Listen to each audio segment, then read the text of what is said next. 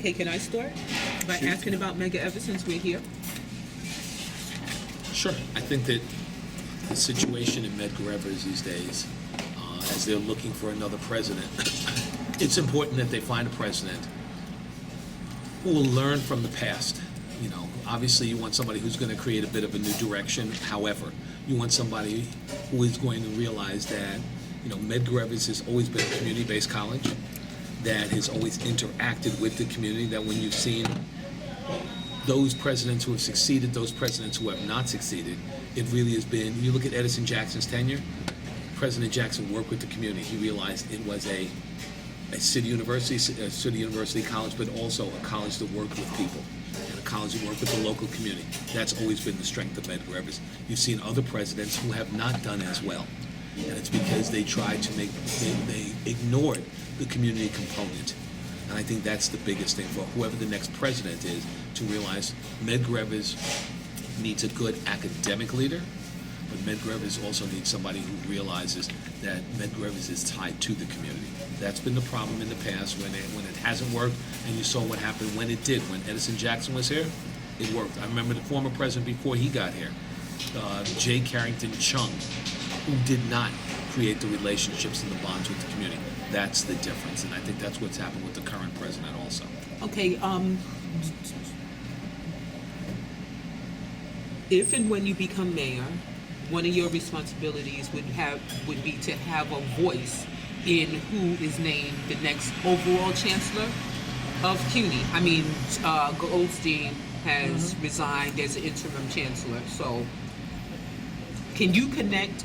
Well, what would you look for in a new chancellor for the whole CUNY system? Well, I think that when you look at CUNY and what needs to occur there, I think, you know, you look at Matt Goldstein's tenure, he has moved the CUNY system forward. It probably is one of the great success stories over the years.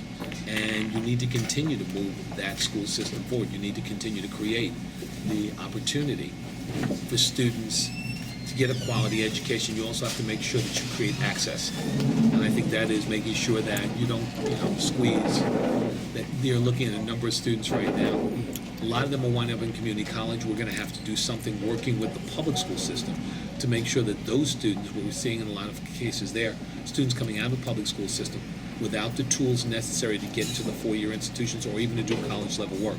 They're in the community colleges, they're burning up their TAP money and their grant money in remediation. We can't allow that to continue. Okay, So, with the what would you so much?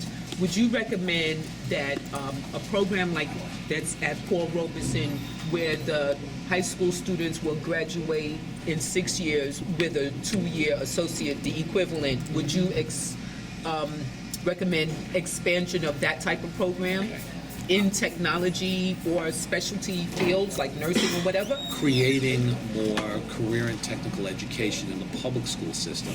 I've been a supporter of that for years. So try and increase opportunities where you'll have those tie-ins to create a 6-year degree or 5-year degrees, as you've seen in some instances, make a lot of sense. Students graduate with the skills necessary to go get a job or to go and finish their last 2 years and have their 4-year degree. It creates a stronger curriculum. It creates opportunities for students to do better. And I think we need to continue to find opportunities to do that. So I think programs like that make sense. When you're talking about CUNY, the 2-year institution, the 2-year colleges there, we should have more focus there on job readiness, on job preparation, on enhancing skills. That's what our community colleges should be used for, not necessarily remediation, which means that we have to do a better job in the public school level to be able to make sure students are graduating college ready or ready to be able to go to the world of work. Those things need to occur. Let me get one in there. Sure. Can you tell us about jobs? Men of color in this community here have a very high rate of unemployment, and what will you do to bring that unemployment rate down? I think some of it is, if you look at the unemployment rate, it's in this community, it's in, Black and Latino unemployment, particularly with men, is way too high across the city of New York. I think there are a number of things that have to occur there. First thing is, I was talking about the public school system. The public school system needs to do a better job to begin with. Number two, there are a number of job training opportunities that are out there. They're not tied together. There's so many that are, one does a little of this, another does a little of this. They need to be coordinated and focused better. We need to work on training for jobs that exist and jobs that will exist. And it needs to be focused not just on placement where people get credit, or a lot of the job training entities get credit for placement. It needs to be for retention. So I don't want somebody who gets a job for 3 months and then they're unemployed again. We need to look at long-term employment and making sure first that people are getting the opportunity to be trained for jobs that exist. Secondly, that when it comes to placement, that it's not just about placement, it's about retention. Those two things together will start to create the opportunity, as well as it's just, being real. We need to go out and reach out to those men who are unemployed and aggressively pursue getting them into training situations that'll provide those jobs for them. Can we expect to hear about this on the campaign trail? We're getting caught up so much with stop and frisk as that's a big issue in our community. Stop and frisk is really not a big issue as much as a lack of employment here. Exactly. And opportunity. I think you will hear a lot more in my campaign about employment opportunities, about job training, about tying those training opportunities together, about coordination, about even the way the training is done. I think you're going to hear a lot about that in my campaign. So yes, I see it as a priority. It was, going back when I was controller, it highlighted and broke out some of the unemployment numbers or the employment numbers and pointed out the incredible level of unemployment among Black and Hispanic men in the city of New York. It still continues to today, and nobody's focusing on it. So yeah, it is something that you will hear a lot bit more about in coordinated fashion because it is a priority. Well, I asked you the other day about the old co-op system that my sister had participated in when she was in high school, where she went to school 1 week and then the next week she went to work. And while she was in high school, she was able to get a feel for the world of work, of going someplace, contributing to a system, preparing, pulling up her pants or wearing stockings and all of that. And it helped her see why she was in school. Would you bring that back? And you and I talked about that. I thought that things like that make sense, but it's all, so internships, co-op, whatever you want to call it. But it's also, you look at the need to increase career and technical education, the opportunity for, an example, Aviation High School. Students there, in a lot of ways, were poorer than a lot of their other counterparts. They go to Aviation High School. At the end, and those students, it's a rigorous, curriculum that they're pursuing because they're not getting a break on the academic side. So they need to maintain their academics as well as the focus on, training to become an airplane mechanic. When those young people graduate, number one, a lot of them go to college, which wasn't fully expected. So you see them going to college in higher percentage with the skills they need to succeed. But also, some of them wind up going off to one of the airports.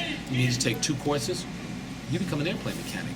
It's creating more opportunities like that, more opportunities in construction for electricians, plumbers, auto mechanics. It's also realizing, we're talking of becoming a higher tech city, and that is one focus of the applied sciences, which is also something else we need to, if we're going to become a high tech city and tie the applied sciences in, well, we need to do it earlier in school, not in high school, but all the way down to junior high school, so students are able to move forward and get those jobs.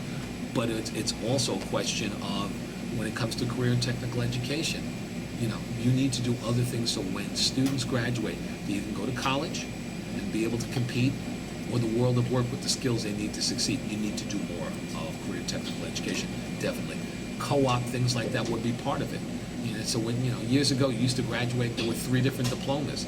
For some reason, over a period of time, we've gotten away from, I'm going to say not a technical diploma, but more focused in that type area. We're going to become a high-tech city. Who fixes the computers? iPhones break. Who fixes them? Your BlackBerry goes down. Who fixes them these days? Not just the stores. There are other people. There are jobs out there. We need to make sure we start to train people for those jobs. And then when it comes to not just fixing things, programming and other skills, you don't have to go to college for that, but you do need to have the opportunity to be trained in that area. So you're seeing that there are a couple of schools in the city of New York now. We need to expand that. We need to create greater opportunity there for all children. Can you talk a little about negotiating union contracts? I know, Dave, we're using the story recently about there's going to be pay increase demands kind of across the union sectors, how are you going to approach?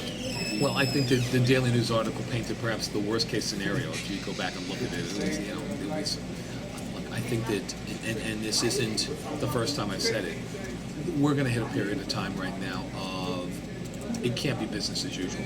We're going to have to work on collaboration. We're going to have to work together with the unions. What I've said is, we're going to have to sit down at the table, open the books up. Let's go through the books together. Where's their money? What's the fiscal situation of the city look like? Then there are a number, and I think everybody needs to be at the table to understand. We do have to work together. There is going to have to be a lot of honesty there. Secondly, I think that there are a lot of outsourced contracts in the city of New York, hundreds of millions of dollars in outsourced contracts. We're going to have to bring a lot of those back in-house. And obviously, in some of those areas, there are going to be some conversations about workforce development, but also we need to bring those dollars back in-house and reallocate that money also. Between that and some of the money that we're looking at in what's worked, what hasn't worked. And I think if you look at commissioners right now, they've been making the cuts in their agencies. They protect their programs and their favorite programs. What works, what doesn't work. Where things haven't worked, we need to bring some of that money back in-house also. All of that together is going to create a certain amount of money, as well as, if you notice, there was a surplus this year that they were in. The economy continues to move forward. Hopefully that still continues, and we'll have an additional amount of dollars. Then we'll be able to sit and determine what we can do financially. And I think all of that's important, and So be able to do it collaboratively with the unions. So are you adamant about your pledge not to raise taxes? What I had said at that point, I was asked a question, and go back and look at, it was at the Avenue speech, I talked about increasing the number of police officers in the city of New York. Some people said, are you set, how much are you going to increase, where are you going to increase taxes to be able to do that? I said, well, A, we're going to do that incrementally as far as increasing the number of officers. B, we can do that within budget. We do not have to increase. If you look at things like civilianization and other things, as well as working to be able to change some work rules and others, we'll be able to find the money internally. We will not have to raise taxes. I still stand by that. Well, what if there's a $3 to $8 billion increase from budgeting commitments because of retroactive raises? As I said, How are you going to get that money? it's retroactive, non-retroactive, what's the percent of raises, all of that stuff is, at this point, speculative until you sit down at a table, until we understand where the money is, until we start to work together. So the one thing I'm not going to do when it comes to contracts right now, I'm not the mayor, and it would be a mistake to negotiate a contract in public, particularly when you're not the mayor, but even as the mayor, I think, negotiations and discussions on budget, at least on contracts, need to be done behind closed doors, and that's where you get things done. You are committed to union, am I correct? Absolutely. Okay, there's Bloomberg seems to have. First of all, it's ironic that the financial wizard is leaving New York City with a gaping budget deficit with open union contracts. But part of the problem, it seems, is the contracts, some of which are no bid. Embedded in those contracts are automatic pay increases for consultants. Bloomberg does not say anything about those automatic pay increases so that those consultants can keep pace with their peers in the private sector. But he castigates union workers who want to work a day's work for a day's pay when the union workers were the ones who fixed the subways after Sandy, who cleared the streets after this blizzard. There is, what you're watching, the mayor has been privatizing or outsourcing things for years. So now it isn't hundreds of millions, to be blunt about it. Now it's billions of dollars that are outsourced each and every year in the city budget. It's firms that are all over the country, a lot of them outside the city of New York. We need to keep those dollars in-house. We need to keep those dollars in the city of New York. But also, as I said, it's... Because we have the talent here? We've always had the talent here. New York City is the place. At the same point, it is also irresponsible on the part of the mayor to have let at the end of this year, every union contract will have expired.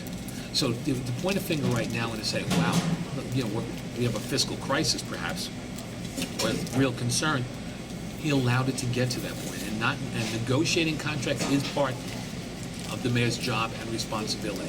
And at the end of this year, every union contract will have expired, and for the first time that I can ever remember, not a penny has been put on the side for any settlement. That's irresponsible. That's dereliction of duty. That's not doing your job. Labor is complaining that the mayor wants to give out zeros for every year that their contract has been expired, and Labor's issue is they're not having it. Where do you stand on that? As I said, that's part of a labor discussion, part of a negotiation. The one thing I'm not going to do is negotiate that in public now. And I just think anyone who does that, that's a mistake on their part. Do you think, as comptroller, you did an adequate job with city time? I think that with city time, if there were a number of things that, if you would have known, that only in the end the U.S. attorney was able, the U.S. attorney with subpoena power and the ability to go in and track bank accounts and a number of other things, was able to come up with. So, could I have done a better job? I'm sure I could have, but at the same point, if you go back and look, I think that the U.S. attorney, it took somebody with that type of. But you had one of your reps was on one of the three people and we had raised overseeing it. and we had raised a number of questions all along the way. But in the end, if you notice, even the questions that had been raised, no one was able, until it got to the U.S. attorney, was able to track that type of level of criminality and that type of level of conspiracy. Absolutely. So it really is. You would have had to be the U.S. attorney and the authority and powers that the U.S. attorney has. He came up with it. Are you worried that your opponents are going to use that against you? No. No. As I said, I'm comfortable with the job that was done there. Could we have done a better job? Absolutely. Absolutely. At the same point, with the information that you had, I think you did the best that you could in pushing the city administration, pushing City Hall. I do recall that you did find millions of dollars in the budget that was wasted every year. So, It's, you know, in the it's end, not a unique thing. That But city that's time one- is not unique. That's one that the unions are particularly upset about. Absolutely. And at the same point, I think that every contract, every technology contract, in the way it's been done, we found, you've seen flaws after the fact in a lot of the contracts that are moving along. And I think that speaks to, less about that one contract and more about the way that technology contracts are done citywide, and the fact that they're done agency by agency by agency, as opposed to in a central fashion. That drives oversight as well as it drives the ability to get better price. Can you tell me what you would do to speed up contractors getting paid from the city? Well, there are a couple of things. Number one, I think that, some of the things that I'm interested in, making sure that, there's a local preference given for smaller contractors and contractors in the city of New York as a whole. Number two, a strong believer in minority and women-owned businesses and increasing that number. Right now, it's about 3% in the city of New York. The state of New York is trying to get to 20% when it comes to minority and women-owned business. New York City should be moving down that same path. So I think those are things that I believe in and I'm a big fan of, that I'd like to implement as mayor. And in doing that, you've got to be able to make sure that you can pay people faster and quicker, because you're dealing with smaller businesses who depend on that check, to be able to move along and pay their workers. So I think it is, you're seeing the technology increase, the opportunity to be able to do more things online, the opportunity for people to put information in on their own, within their contracts, and be able to turn around. The state's done that, to be able to track things in real time almost, to be able to do a number of different things. The city needs to be able to do that also. That's how people get paid faster. Can we look forward to that in your first 100 days? Can you commit to that? I think you can look at it in my first year. First year. to What do making you sure that- expect for your first 100, though? No, 100 days. 100 days. 8 years, 8's enough. 8 years is definitely enough. 100 years, I think I think the longest serving mayor at that point. Look, I think that in the first 100 days, there are a number of things that I'd like to do. The first thing is, change the tone in the education system. I think it has become incredibly confrontational. I think that the tone there is something that has worked against education moving forward. I've talked about, I want to see an education chancellor, a chancellor with a strong education background. And I think that's different than what we've seen in the last 12 years or last 11 years within the school system. So first, an education chancellor. Second, we want to change the tone there in education so it becomes more collaborative. So we realize that we need to work together so that you start to bring parents and the public into the conversation also about the direction we're going in. You should be able to do that in the first 100 days. I think that's important. Number two, things like stop and frisk, making sure that that it's being used correctly. Because right now, 700,000 people in 2011, 550,000 people last year, it's not being used correctly. And I think that a new police commissioner working with me, making sure that stop and frisk is used appropriately, that's important. So the communities are safe, but at the same point, people aren't being victimized. People aren't being singled out just because of the fact that they're black or Hispanic. So I think that those are things in the first 100 days that you should be able to do, as well as I think that across the city of New York, where we're sitting right now in Brooklyn, in the Bronx, in Staten Island and Queens, as well as in northern Manhattan, people would like to see their mayor. They haven't seen the mayor in ages, in years. And I think that representing all neighborhoods, representing all boroughs, people would like to see their mayor again. They should expect to see me in the first 100 days also, all across the city of New York. Okay. I would like to ask about experimental educational experimentation. It seems that the students do have to take standardized tests, but some of those standardized tests are practice tests to help the for-profit corporation calibrate their tests. It has nothing to do with teaching the students. That's one. The other thing I wanted to ask about is In Bloom, which is a Klein-Bloomberg collaborative that actually seeks to have access to sensitive demographic student data to be able to track them over time. And parents are, once they realize they're starting to balk at the privacy concerns, security concerns, and just the general access of having this outside corporation having access to their children's personal data. We shouldn't be sharing our students' data with any other corporation. And you wouldn't allow that? No, I would not. It's You wouldn't allow the collection of the data? Or the wouldn't sharing? allow the sharing of data that we would use, But the collection you would. data that we're going to use to help students within a public school system. That would make sense. I mean, trying to help students do better, trying to help provide information, perhaps in comparative information, so that parents can help their students do a better job also makes sense. Sharing it with outside entities does not make sense. That's number one. So, and number two, when you were talking about, the first question was? The practice test. Oh, it's field testing. The field testing. We need to, standardized testing is part of looking at how students are doing. It's not the only measure, and the truth is the excessive focus these days has been robbing our classrooms of content. So we need to make that change. And I don't need to field test, which is what they're doing. It's at this point way too much testing now. Yes, I'm a product of New York City's public schools. I remember taking standardized tests or having to do the regents and other things. But I think that what we've seen in this recent excessive focus on standardized testing is robbing schools of content. It's robbing, opportunities for teachers to really be able to teach. It is, it has taken things out that I believe lead to well-rounded students like art and music education. All of that is part of a public school system, and we're losing it. I think there are classes that we should bring in that would create better and more well-rounded students. I've talked about nutrition education in schools. If the mayor wants this banning of sodas of over 16 ounces because I'm talking about health issues,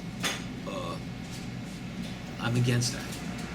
If we're really serious about childhood obesity, we should be talking to students about nutrition education, giving them the information and make informed decisions. We should have art and music education back in the public school system. We've lost that. Are you willing to give up mayoral control of the school? I think I support mayoral control. I think there need to be some tweaks. I think I've talked about the priorities education panel. I don't need a majority of that board. The mayor has 8 out of 13 members right now. Give me 6 out of 13. If I can't convince one person that something is sound education, if the chancellor can't, then there's something wrong. And you saw an instance where the mayor couldn't convince the members of that panel, and he removed them. There's something wrong with that. So give me 6 out of 13. In addition, we need to bring the local CECs in the school. We need to involve them on a greater level with information and getting them involved in a conversation, as well as making sure on a real level that parents are engaged. I talk about having a parent university to be able to tell, work with parents in the questions they should ask, how to hold people accountable, how to help their students do a better job in school. All of those things are things that I'd like to bring and put in place. You talked about stop and frisk before. What do you make of the fact that the figures have dropped so dramatically in quite a lot of areas, apart from, I think it's perhaps East New York and Brownsville? Public attention. Do you think because the Mayor Kelly claims there's been no policy change and it's just down to shifting resources and he says we are attuned to Okay, criticism. and I'm sure by the same token that stop and frisk went up, almost 7-fold between 2002 and 2011, and that just happened also. I don't think so. I think that it is, I think that there has been a conscious effort because of public attention and public reaction to bring the numbers down. That's why you're seeing the numbers change. What do you say to some journalists who will say, well, stop and frisk has been happening in our community forever? It just didn't start now. All of a sudden, it's a big issue because of public attention. But does that also mean a possible pandering to our community?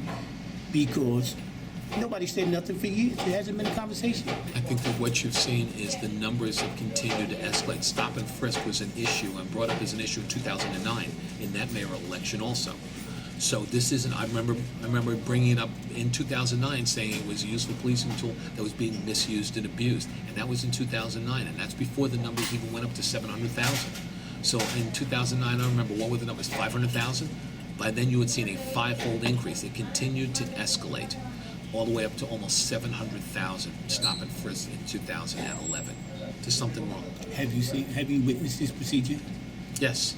On numerous occasions, am I correct? I mean, it's really standard in our community. I've witnessed it on a number of occasions, and the truth is, it's people are being stopped for no other reason than who they are and what they look like, and that's wrong. Yeah, because sorry, I have videoed white people nodding, and I was stopped. I stopped and looked like a tourist because I hadn't seen someone in a heroin nod for decades. And there are certain parts of Brooklyn where it's, I even called the police and they just came and looked at the couple nodding, obstructing traffic, making themselves, putting themselves at risk, and they just left.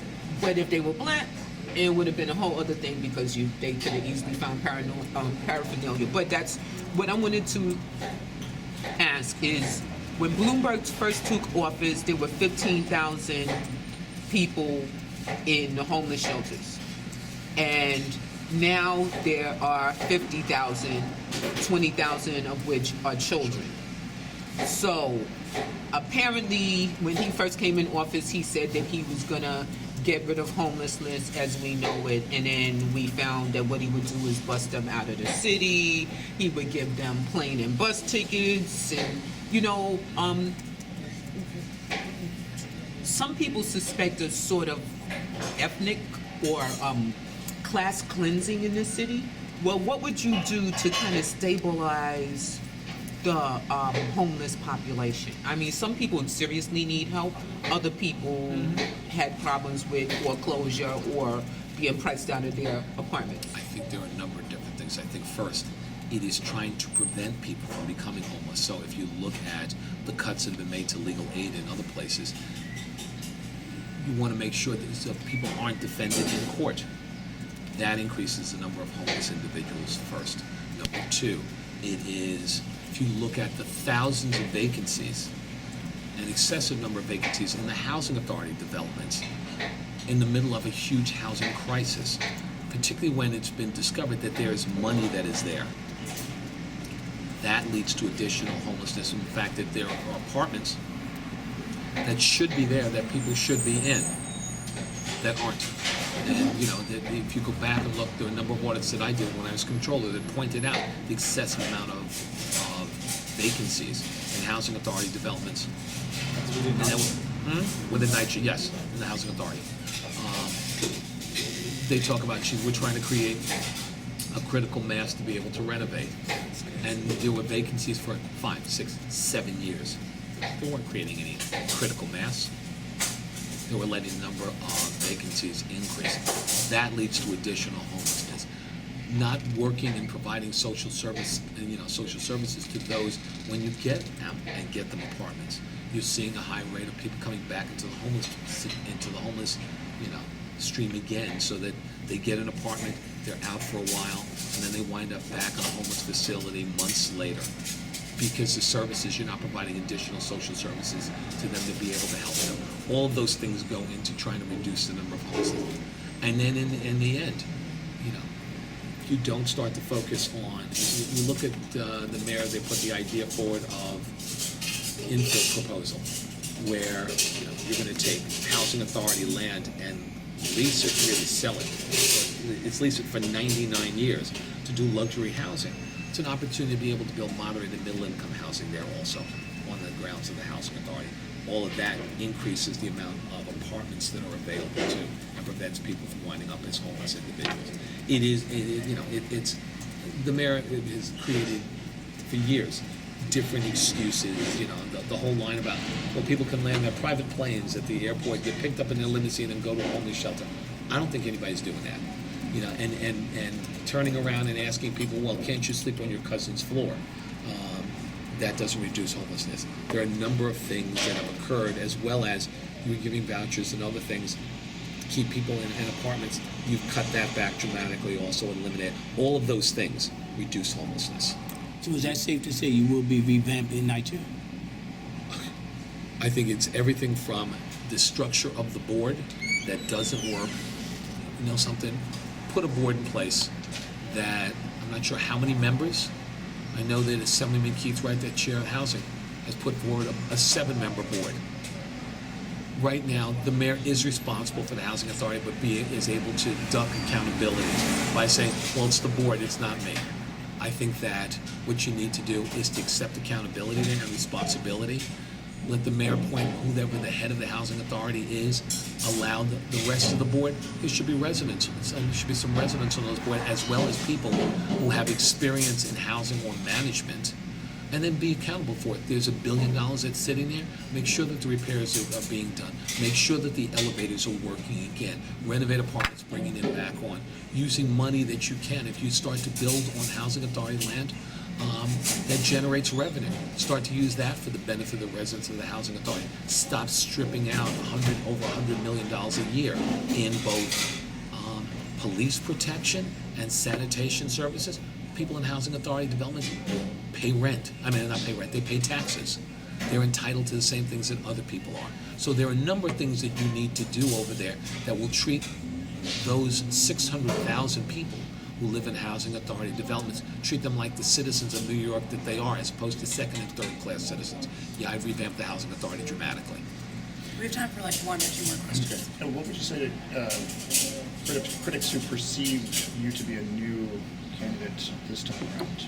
You were running a somewhat mysterious campaign in 2009. You did well, surprisingly well, but I wasn't surprised.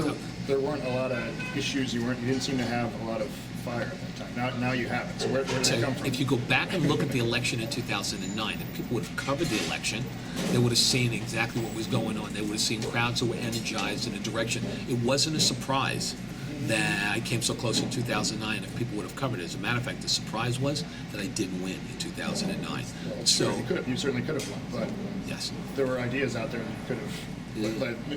Before living wage, some of the paid sick leave, some of the things that came about in the last 4 years. I think that things happen in time, and I think that the 2009 election, where I was out there working every day with a strong team, and that's why we came so close. I think that the difference in 2013 is people are paying attention to the campaign, number one.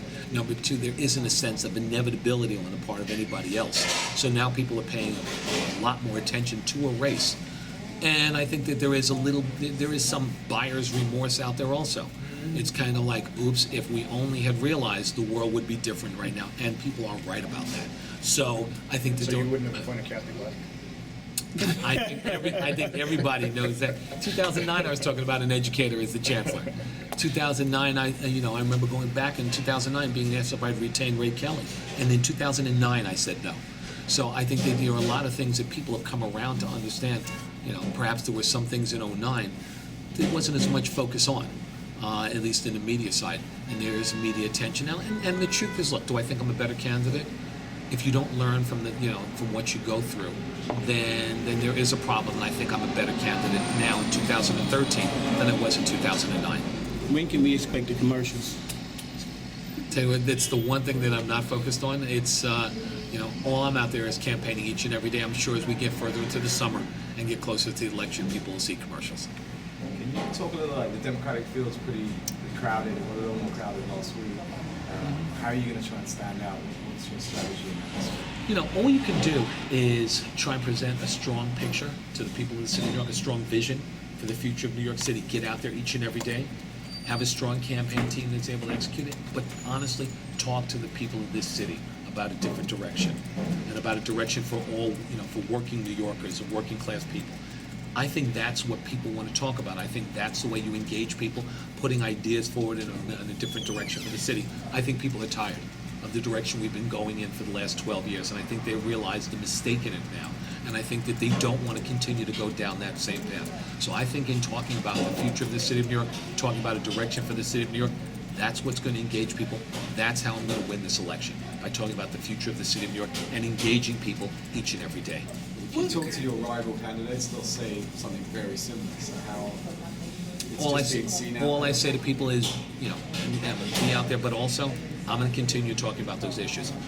And we're going to reach out to people across the city of New York to engage them in this campaign. So, and I think in the end, I'll put forward a strong position or a strong vision for the future of the city of New York that people will agree with. And that's why I think I'm going to be the next mayor. Last question. What about people who act like the sky is falling because we're actually going to have an election and a new mayor and a new administration and a new vision? As if that's not supposed to happen, as if something bad is going to happen because we actually calibrate some of the excesses of the Bloomberg administration. The elections, sure about vision and direction, but the strength, January 1st of 2014, New York City is still going to be here, it is still going to be strong, and as mayor, I'm going to try and make this an even stronger and better city. The thing about New York City and the thing about democracy, it's not about, as we just learned, they overturned term limits, and the mayor and the speaker overturned term limits in 2008, and it created the opportunity for people to run for a third time.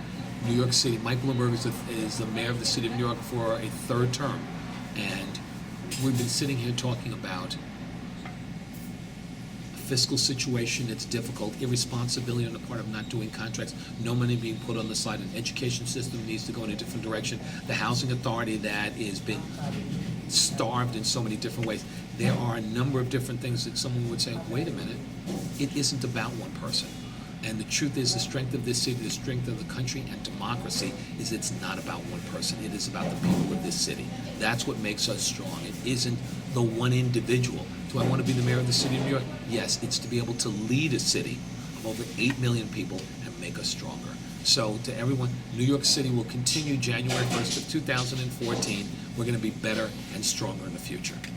Thanks, guys, so much for coming out. Thank you. Thanks, everybody. On the campaign trail with Bill Thompson. We'll be seeing you out there, absolutely. Okay, we'll be out there. Definitely. Thank you, on the spot. Thanks for being here this morning, Norman everybody. I Graham. appreciate it. Really appreciate Thank you. it. Good seeing you, man.